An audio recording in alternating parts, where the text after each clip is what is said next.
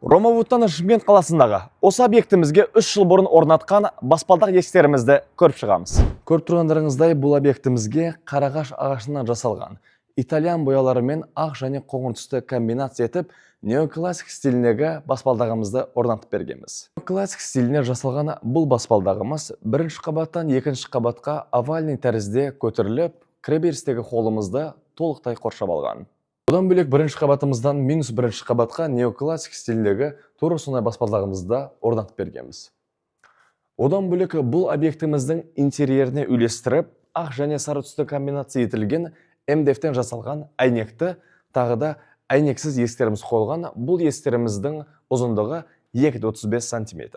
Егер сізге де тура сондай премиум сападағы баспалдақтар қажет болса, астындағы номерлерге хабарласыңыз. Тағы да баспалдақ туралы қызықты мәліметтерді білу үшін біздің парақшаға тіркеліп қойыңыз.